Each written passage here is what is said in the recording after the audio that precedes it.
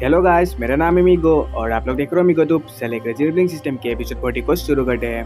तो guys, episode की शुरू में हम देखते हैं कि वो एल्डरटियन की पावर देखकर बहुत ज्यादा शॉक्ड हो जाता है और वो कहता है कि ये तो हो ही नहीं सकता, तुम इतना ज्यादा यंग हो, आखिर तुम स्पीड कोर्स स्टेज में इतना ज्यादा एक्सपर्ट कैसे बन गए। और टियन अपने पावर को अनलिश करते हुए कहता है कि आखिर ये क्यों नहीं हो सकता। क्या तुम ये चाहते हो कि मैं तुम्हारे सामने ये प्रूफ करूं? क्यों ना मैं ऐसा करूं कि मैं तुम्हें मार डालूं, पर बाद में तुम ये मत कहना कि मैंने तुम्हें वार्निंग नहीं दी। और इसी के साथ टियन अपने फ्रीजिंग ऑरा के साथ उस पर तेजी के साथ अटैक कर देता है और हम देखते कि उस एल्डर का हाथ पूरी तरह से जम जाता है, जिसे देखकर वो एल्डर कहता है कि ये तो वही फ्रीजिंग ऑरा है। और दूसरे पल हम देखते हैं कि टियन अपने विंड फायर फ्लैम अटैक से एल्डर पर एक जोरदार अटैक करता है और इस अटैक की पावर की इम्पैक्ट से एल्डर की हड्डियां भी टूट जाती है और वो चिल्लाते हुए तेजी के साथ पीछे की तरफ गिरने लगता है और वो जमीन पर गिर जाता है। और हम देखते हैं कि उसकी छाती पर फायर जल रही होती है और वो जहाँ पर गिरता है बाकी पूरी की पूरी जमीन टूट जाती है। और इसी के साथ वो दर्द के मारे कराते हुए कहता है कि मुझे ऐसा फील हो रहा है कि मेरी बॉडी की पूरी ऑर्गन जल गए हैं। इस बच्चे को तो आइस और फायर दोनों ही आ जाते हैं। और टियन उसकी तरफ देखकर कहता है कि तुम अभी जिंदा हो, हमारे पास एक सच में बहुत ही स्ट्रॉन्ग आर्मर है। और टियन अपने लकी एरो को एक्टिवेट करते हुए अपने लांच को हाथ में बुलाता है और एल्डर की तरफ अटैक करते हुए कहता है कि अब तुम्हारी मरने की बारी आ गई है। और ये देखकर एल्डर डरते हुए कहता है कि अगर तुमने मुझे मार दिया तो अजुरा मेंशन तुम्हें नहीं छोड़ेगा, वो लोग तियानजन पैलेस और तुम्हें सब कुछ तबाह कर देंगे, सब यहाँ पर मारे जाएंगे। पर टियन उसकी एक भी बात नहीं सुनता और उसे मार देता है। और इसी के साथ टियन के सिस्टम पर नोटिफिकेशन आता है, डिंग डिंग, आपने एल्डर वी को मार दिया है, आपको 2 लाख एक्सपीरियंस पॉइंट और 5000 क्रेजी पॉइंट हासिल हुआ है। और साथ ही में आपको बार्च क्लॉ, ड्रैगन क्लाउड स्टेप्स और thunder cloud claw martial techniques हासिल हुआ है। और इसके साथ ही में आपको एक आर्मर और एक गॉन्कलेट हासिल हुआ है। और टियन एक मिस्टीरियस स्माइल लेकर सोचता है कि ये आदमी एक स्पीड कोर का कल्टीवेटर था, इसलिए मुझे बहुत सारे ड्रॉप आइटम्स भी मिले हैं। ये हथियार भले ही इतना ज्यादा स्पेशल नहीं है, पर ये हथियार सभी के सभी सोल रैंक के हैं। अपने लक को इंक्रीज करना एक बहुत ही ज्यादा डिफरेंट इशू है। अगर मैं अपने लक को इंक्रीज नहीं करता शायद से मैं ये सब चीजें खो देता। और ये सब देखकर एल्डर वी के साथ आने वाले वो बाकी के तीनों भी बहुत ज्यादा शॉक्ड हो जाते हैं और वो लोग शॉक्ड होकर कहते हैं कि अभी क्या, अभी यहाँ पर क्या हुआ। और वो डर के मारे कांपते हुए कहता है कि तुमने एल्डर वी को मार डाला, अब हो सके तो तुम लोग यहाँ से भाग जाओ, क्योंकि आप हमारे लॉर्ड तियानजन प्लेस को नहीं छोड़ेंगे। पर अगर तुम लोग हमें जिंदा छोड़ते हो तो हम अपने लॉर्ड के पास वापस जाएंगे और तुम लोग को छोड़ने के लिए कहेंगे। और टियन अपने लंच को घुमाते हुए गुस्से के साथ कहता है कि तुम्हें क्या लगता है कि मैं कोई 3 साल का बच्चा हूँ जो तुम लोग के इन बातों पर बिलीव कर लेगा? अजुरा मेंशन ने पहले ही हम पर अटैक करने का प्लान बना लिया है, वो लोग वैसे भी कुछ ही दिनों में हम पर अटैक कर देते। अगर मैं तुम लोग को जाने भी देता हूँ या फिर नहीं भी जाने देता, इससे हमें कोई भी फर्क नहीं पड़ेगा और मेरे लिए तुम लोग को अभी के अभी मारना बहुत ज्यादा अच्छा होगा। क्या तुम्हें ये नहीं लगता? और वो लोग डटे हुए कहते हैं कि हम बस अपने ऑर्डर्स को फॉलो कर रहे थे, प्लीज तुम हम लोगों को मत मारो, हमें बस जाने दो। और इसी के साथ टियन उन सबको मार देता है और टियन की अटैक से वहाँ पर एक बहुत ही बड़ा धमाका हो जाता है। और टियन की सिस्टम पर नोटिफिकेशन आता है, डिंग डिंग, आपने इंस्ट्रक्टर जी को मार दिया है और साथ ही में आपने 2 गार्ड को भी मारा है। आपको 1,38,000 एक्सपीरियंस पॉइंट और 2500 क्रेजी पॉइंट हासिल हुआ है। आपको ट्रांसफॉर्मिंग हेवन पाल्म और नेदरवॉल्ड स्टेप्स मार्शल आर्ट हासिल हुई है। और साथ ही में आपको एक हेवन ब्रेकिंग स्वॉर्ड भी मिली है। और टियन बाकी के बच्चे लोगों की तरफ देखते हुए कहता है कि अब तुम सबकी बारी है। वो सभी डरते हुए कहते हैं कि हम किसी को भी नहीं कहेंगे कि यहाँ पर क्या हुआ था, प्लीज तुम हमें जाने दो, अगर तुम चाहो तो हम तियानजन प्लेस के स्लेव बनकर रहेंगे। और टियन कहता है कि ये इतना भी बुरा आइडिया नहीं है, अब जबकि तुम लोग मेरे स्लेव बनना चाहते हो इसलिए तुम्हें अपने लाइफ को मेरे लिए सेक्रीफाइस करना चाहिए। और इसी के साथ टियन अपने ग्रेट स्टार एब्जॉर्बिंग टेक्निक को एक्टिव करता है और कहता है कि अब तुम लोग मेरे एक्सपी बनो। और इसी के साथ टियन के सिस्टम पर कंटिन्यूअसली नोटिफिकेशन आने लगता है, डिंग डिंग, आपको 42,000 एक्सपीरियंस पॉइंट हासिल हुआ है, आपको 38,000 एक्सपीरियंस पॉइंट हासिल हुआ है, आपको 30,000 एक्सपीरियंस पॉइंट हासिल हुआ है। और इसी तरह कंटिन्यूअसली नोटिफिकेशन आने लगते हैं और इसी के साथ वो सभी चिल्लाते हुए मर जाते हैं। और टियन एक स्माइल देते हुए कहता है कि अजुरा मेंशन, अगर तुम लोग मुझे ढूंढने के लिए यहाँ नहीं भी आते हो पर मैं तुम लोगों के पास जरूर जाऊंगा, तुम लोगों का अंत अब मैं ही करूंगा। और ये सब देखकर ग्रेट एल्डर और सेकेंड एल्डर बहुत ज्यादा शॉक्ड होती है और ग्रेट एल्डर टियन की तरफ देखते हुए कहती है कि तियान्यून, आखिर तुमने ब्रेक थ्रू कब किया स्प्रिट कोर तक? और टियन कहता है कि मैंने ब्रेक थ्रू नहीं किया, मैं अब भी कोर कनेक्शन रेलम में ही हूँ। और इसी के साथ टियन अपने ड्रैगन फॉर्म से ह्यूमन फॉर्म में आ जाता है। और ये सुनकर ग्रेट एल्डर कहती है कि क्या कहा तुमने, बस कोर कनेक्शन रेलम में रहकर ही एक स्प्रिट कोर के कल्टीवेटर को मार डाला, सच में ये बहुत ज़्यादा अमेजिंग है।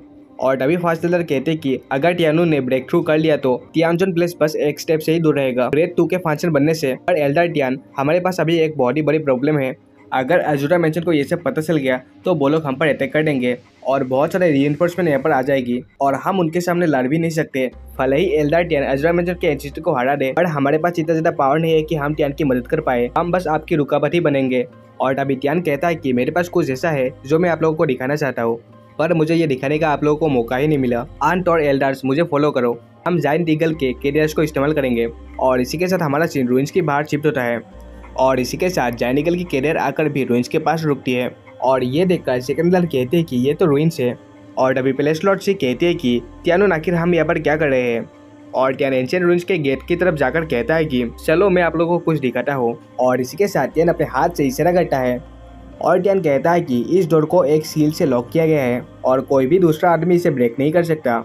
अब से ये एंशिएंट रूइंस ही हमारा नया ठिकाना होगा। और इसी के साथ वो रूइंस का दरवाजा खुल जाता है और टियान कहता है कि तुम सभी लोग यहाँ पर सेफ रहोगे और मैं बिना किसी टेंशन के साथ तुम लोग को यहाँ पर छोड़ सकता हूँ। जिससे सुनकर प्लेस लॉर्ड सी बहुत ज़्यादा शॉक्ड हो जाती है और कहते हैं कि आखिर तुम कहाँ पर जा रहे हो।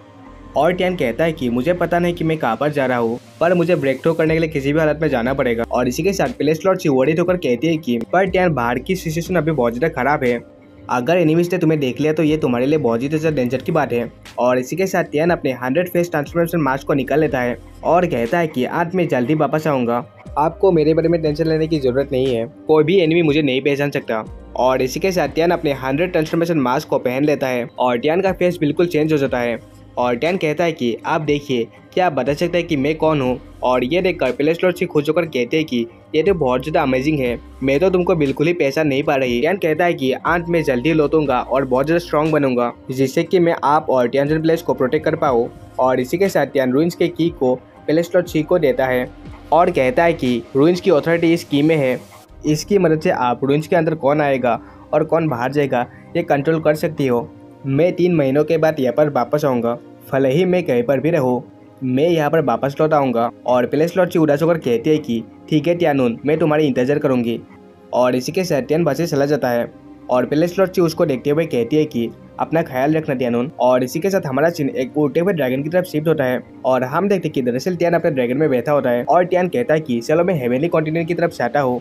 इस आर्थिक कॉन्टिनेंट में कोई भी रिसोर्सेस नहीं है और ये बहुत ही ज़्यादा छोटा कॉन्टिनेंट है और यहाँ पर कोई भी ग्रेड 2 के ऊपर फंक्शन नहीं है, पर हेवनली कॉन्टिनेंट बहुत ज़्यादा बड़ा है और वहाँ पर बहुत सारे बड़े बड़े डिमन बीस्ट भी मिलते हैं और वहाँ पर बहुत सारे थर्ड ग्रेड के फंक्शन भी है। अजूरा मेंशन को इंक्लूड करके मैं वहाँ पर डेफिनेटली फास्ट लेवल अप हो सकता हूँ। और इसी के साथ टियान समुद्र से उड़ते हुए हेवनली कॉन्टिनेंट की तरफ पहुँच जाता है और टियान इसे देखकर कहता है कि अच्छा तो ये हेवनली कॉन्टिनेंट का बॉर्डर है। और इसी के साथ हमारा सीन एक सेलिंग शिप की तरफ शिफ्ट होता है जहाँ के सभी लोग चिल्लाते हुए कहते हैं कि देखो वहाँ पर एक ब्लैक ड्रैगन है। और तभी एक आदमी कहता है कि हाँ ये तो सच में एक ब्लैक ड्रैगन है, आज से पहले कोई भी एक ब्लैक ड्रैगन को माउंट नहीं बना पाया, पता नहीं वो आखिर कौन होगा, वो शायद से एक बहुत ही पावरफुल कल्टिवेटर होगा जिसने ब्लैक ड्रैगन को भी अपना माउंट बना लिया। और इसी के साथ टियान अपने ड्रैगन के साथ हेवनली कॉन्टिनेंट के बॉर्डर में एंटर करता है और टियान कहता है कि यहाँ पर तो एक स्पेशल डिफेंस है, इसलिए हेवनली कॉन्टिनेंट में बहुत सारे स्ट्रॉन्ग कल्टिवेटर्स आते हैं, ये प्लेस कल्टिवेटर्स के लिए एक जन्नत है। और इसी के साथ हमारा सीन हेवनली न्यू सिटी की तरफ शिफ्ट होता है और इसी के साथ हम एक बहुत ही ब्यूटीफुल सिटी को देखते हैं। और तभी हम देखते हैं कि एक गार्ड किसी से कहता है कि क्या तुम्हें यह दिखता नहीं, तुम्हें यहाँ पर एंट्री करने के लिए 10 गोल्ड देना होगा। और वो दूसरा आदमी कहता है कि 10 गोल्ड कॉइन्स बहुत ज़्यादा बड़ा अमाउंट है, मैं बस एक बॉडी रिफाइनमेंट का कल्टिवेटर हूँ।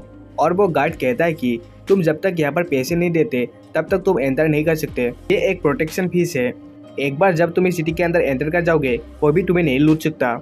और तभी टियान उस आदमी का पैसा दे देता है और गेट के अंदर चला जाता है, जिसे देखकर वो गार्ड कहता है कि क्या तुम्हें प्रोटेक्शन चाहिए बिना किसी पैसे दे ही। और वो दूसरा आदमी कहता है कि तुम्हारा बहुत बहुत शुक्रिया।